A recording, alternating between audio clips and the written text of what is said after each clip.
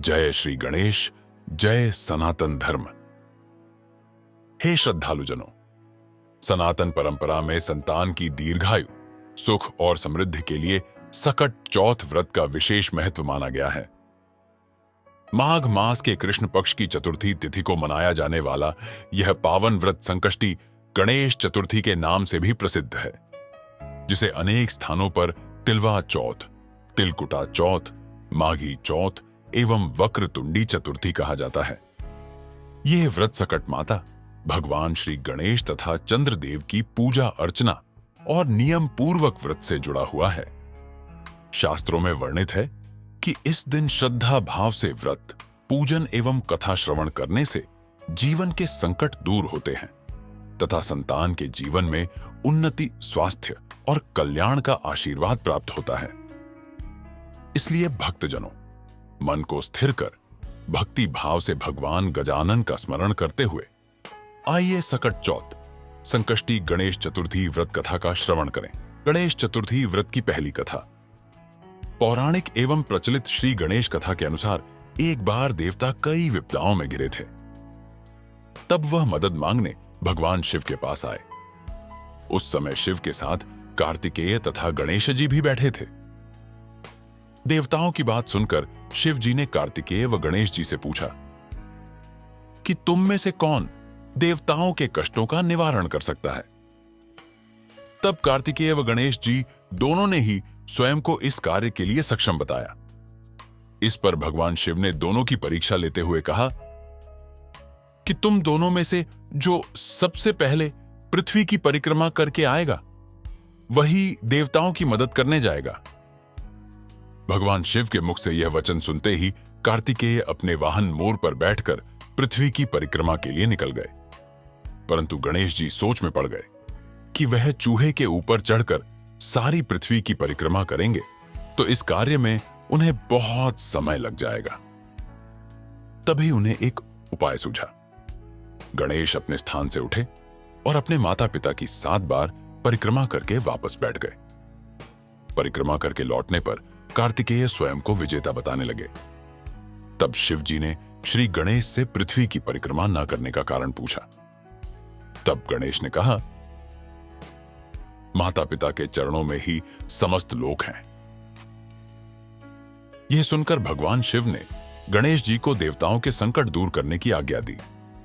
इस प्रकार भगवान शिव ने गणेश जी को आशीर्वाद दिया कि चतुर्थी के दिन जो तुम्हारा पूजन करेगा और रात्रि में चंद्रमा को अर्घ्य देगा, उसके तीनों ताप यानी दैहिक ताप, दैविक ताप तथा भौतिक ताप दूर होंगे। इस व्रत को करने से व्रतधारी के सभी तरह के दुख दूर होंगे और उसे जीवन के भौतिक सुखों की प्राप्ति होगी। चारों तरफ से मनुष्य की सुख समृद्धि बढ़ेगी। पुत्र पौत्रादि धन ऐश्वर्य की कमी नहीं रहेगी। गणेश चतुर्थी व्रत की दूसरी कथा। एक समय की बात है, राजा हरिश्चंद्र के राज्य में एक कुम्हार था। वह मिट्टी के बर्तन बनाता, लेकिन वे कच्चे रह जाते थे। एक पुजारी की सलाह पर उसने इस समस्या को दूर करने के लिए एक छोटे बालक को मिट्टी के बर्तनों के साथ आंवा में डाल दिया। उस दिन संकष्टी चतुर्थी का दिन था। उस बच्चे की मां अपने बेटे के लिए परेशान थी। उसने गणेश जी से बेटे की कुशलता की प्रार्थना की। दूसरे दिन जब कुम्हार ने सुबह उठकर देखा तो आंवा में उसके बर्तन तो पक गए थे, लेकिन बच्चे का बाल बांका भी नहीं हुआ था। वह डर गया और राजा के दरबार में जाकर सारी घटना बताई। इसके बाद राजा ने उस बच्चे और उसकी मां को बुलवाया तो मां ने सभी तरह के विघ्न को दूर करने वाली संकष्टी चतुर्थी का वर्णन किया। इस घटना के बाद से महिलाएं संतान और परिवार के सौभाग्य के लिए संकट चौथ का व्रत करने लगी। गणेश चतुर्थी व्रत की तीसरी कथा।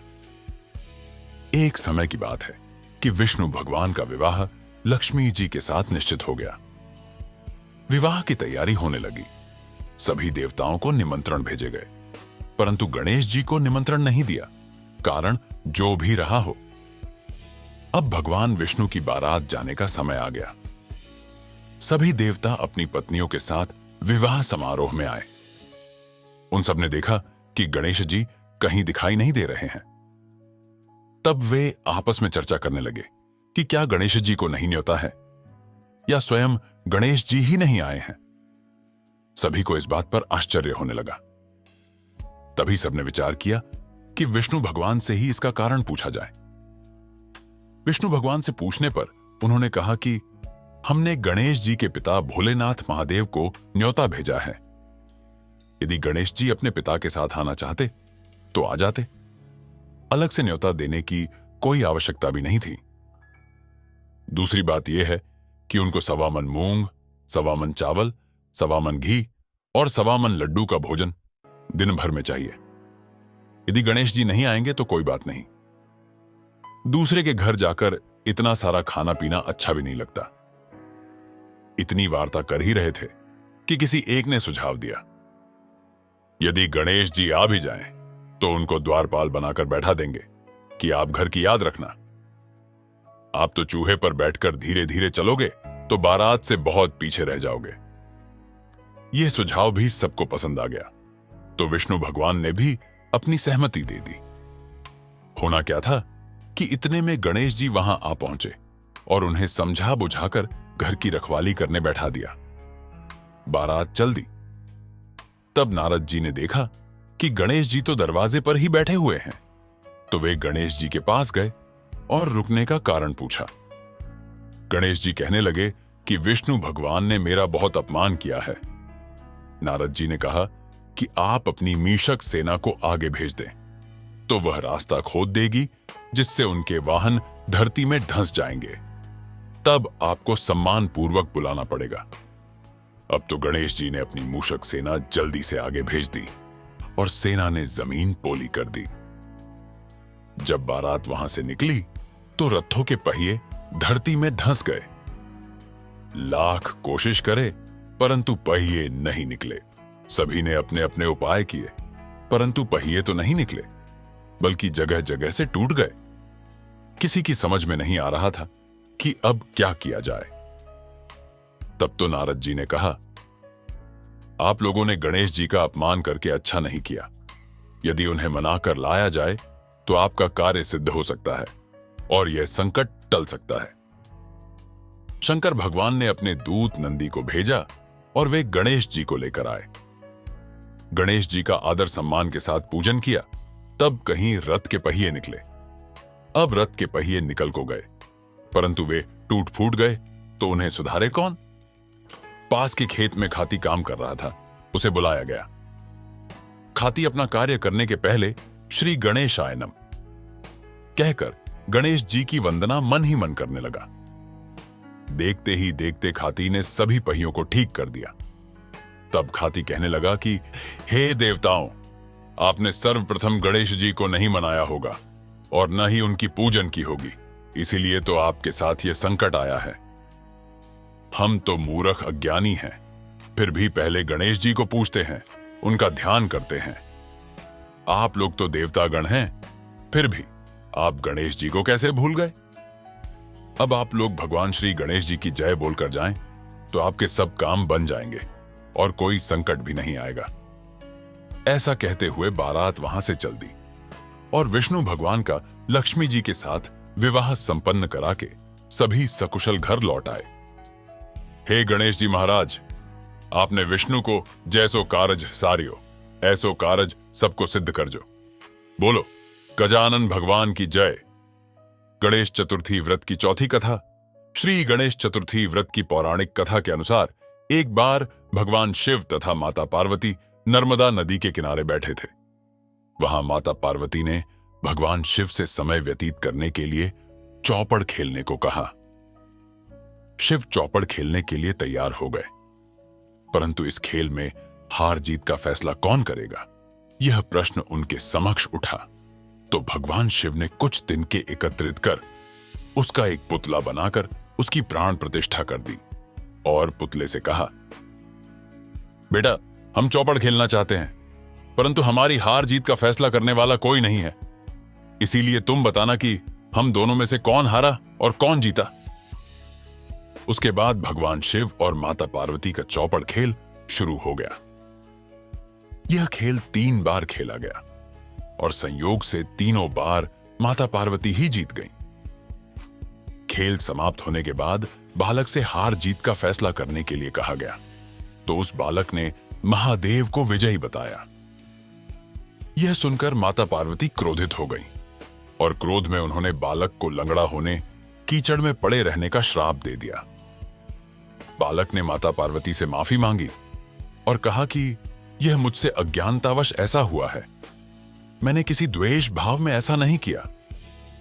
बालक द्वारा क्षमा मांगने पर माता ने कहा, यहां गणेश पूजन के लिए नाग कन्याएं आएंगी, उनके कहे अनुसार तुम गणेश व्रत करो, ऐसा करने से तुम मुझे प्राप्त करोगे। यह कहकर माता पार्वती शिव के साथ कैलाश पर्वत पर चली गईं। 1 वर्ष के बाद उस स्थान पर नाग कन्याएं आईं। तब नाग कन्याओं से श्री गणेश के व्रत की विधि मालूम करने पर उस बालक ने 21 दिन लगातार गणेश जी का व्रत किया। उसकी श्रद्धा से गणेश जी प्रसन्न हुए। उन्होंने बालक को मनोवांछित फल मांगने के लिए कहा। उस पर उस बालक ने कहा, हे विनायक, मुझ में इतनी शक्ति दीजिए कि मैं अपने पैरों से चलकर अपने माता पिता के साथ कैलाश पर्वत पर पहुंच सकूं और वे यह देख प्रसन्न हों। तब बालक को वरदान देकर श्री गणेश अंतर्ध्यान हो गए। इसके बाद वह बालक कैलाश पर्वत पर पहुंच गया और कैलाश पर्वत पर पहुंचने की अपनी कथा उसने भगवान शिव को सुनाई। चौपड़ वाले दिन से माता पार्वती शिव जी से विमुख हो गई थी। अतः देवी के रुष्ट होने पर भगवान शिव ने भी बालक के बताए अनुसार 21 दिनों तक श्री गणेश का व्रत किया। इस व्रत के प्रभाव से माता पार्वती के मन से भगवान शिव के लिए जो नाराजगी थी वह समाप्त हो गई। तब यह व्रत विधि भगवान शंकर ने माता पार्वती को बताई। यह सुनकर माता पार्वती के मन में भी अपने पुत्र कार्तिकेय से मिलने की इच्छा जागृत हुई। तब माता पार्वती ने भी 21 दिन तक श्री गणेश का व्रत किया तथा दूर्वा, फूल और लड्डुओं से गणेश जी का पूजन अर्चन किया। व्रत के 21वें दिन कार्तिकेय स्वयं माता पार्वती जी से आ मिले। उस दिन से श्री गणेश चतुर्थी का यह व्रत समस्त मनोकामनाओं की पूर्ति करने वाला व्रत माना जाता है।